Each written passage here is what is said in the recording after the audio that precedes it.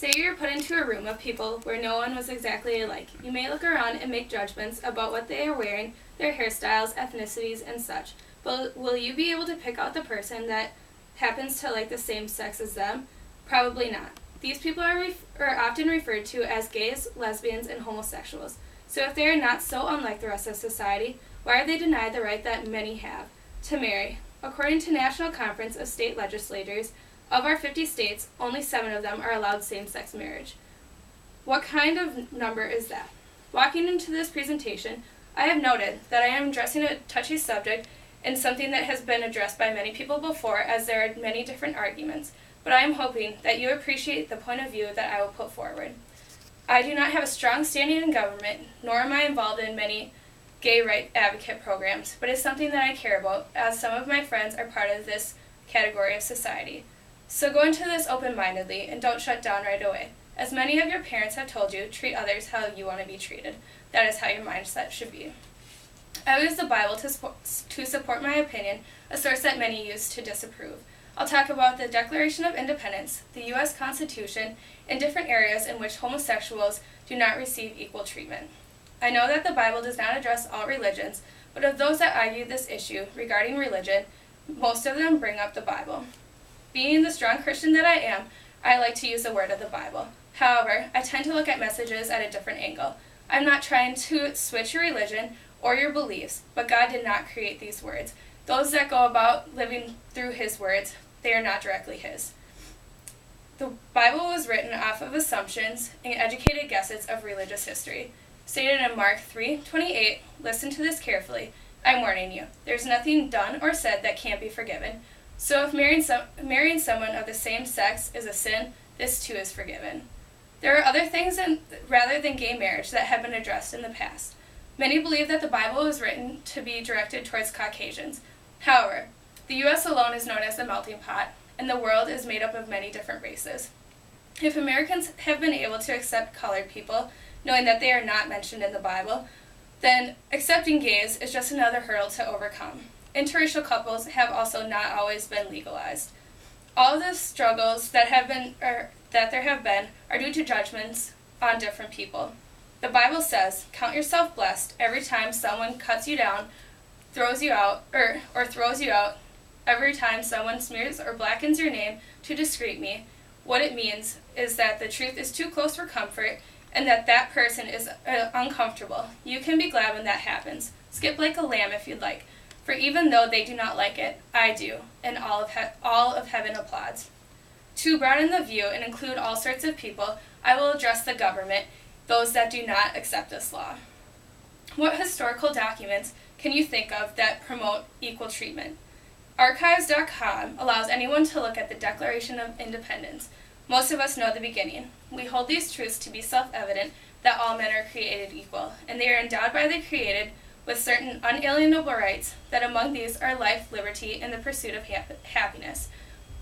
Life and liberty have been addressed with the overcoming of slavery. But what about happiness, and what about all men are created equal? When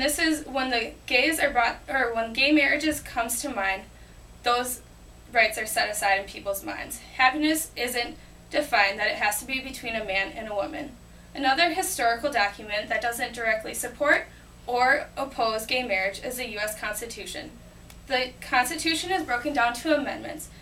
Taken as evidence from Senate.gov, the First Amendment is that of freedom of speech and expression, which includes freedom of speech, religion, press, and etc. With that being said, they have the right to express what they want.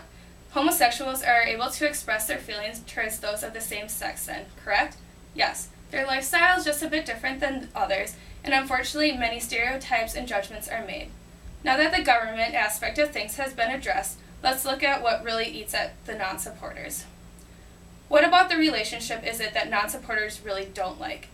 There is an idea that stereotypes has that gays are promiscuous, unable to form existing relationships, and that relationships that do form are shallow and uncommitted. We depend more on judgments rather than what we are taking away from these same-sex couples. Again, only 7 states allow same-sex marriage. In an article from the Los Angeles Times, titled Obama Faces Pressure Over Same-Sex Marriage, the Democratic Party is looking into becoming advocates for this in their platform. Improvements have been made as Obama is allowing gays to serve in the military, but the one true struggle, that of gay marriage, still remains.